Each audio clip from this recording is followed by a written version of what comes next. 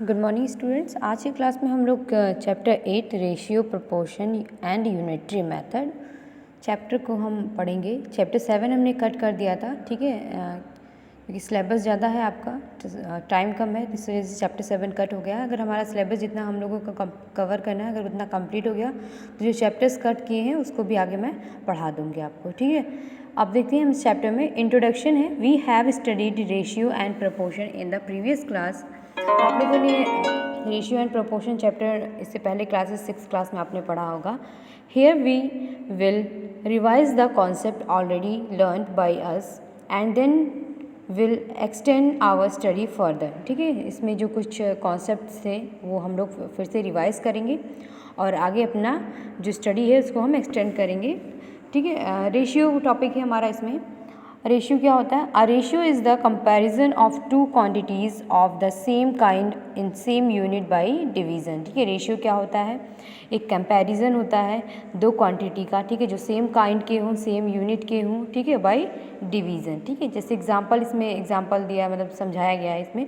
If a and b are two quantity of same kind in same unit, ठीक है। अगर ए और b जो है वो दो क्वांटिटी हैं सेम काइंड के और सेम यूनिट के, तो देन द फ्रैक्शन, जो फ्रैक्शन ए अपॉन बी होगा, is called the ratio of a to b, ठीक है। उसको हम क्या कहेंगे? Ratio of a to B.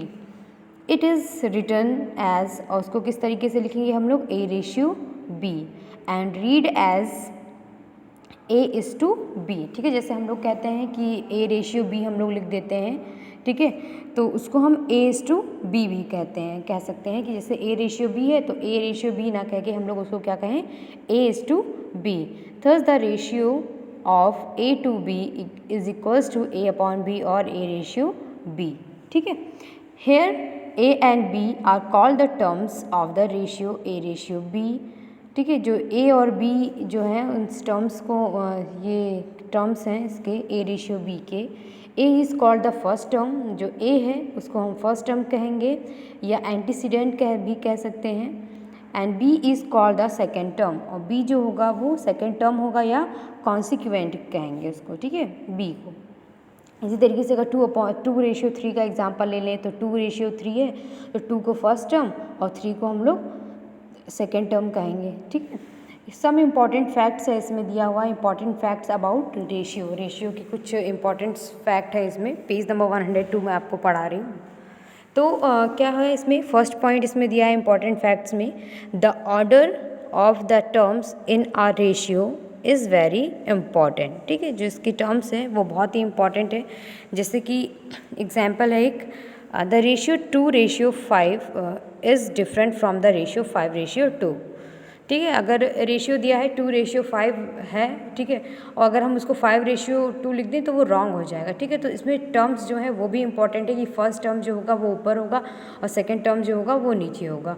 या 2 रेशियो 3 2 रेशियो 5 लिखा है वो अलग चीज़ है और 5 रेशियो 2 ये अलग चीज़ है, ठीक है। सेकेंड पॉइंट इसमें है, ratio exist between two quantities of same kind, ठीक है। जो रेशियो है वो दो क्वान्टिटीज़ सेम काइंड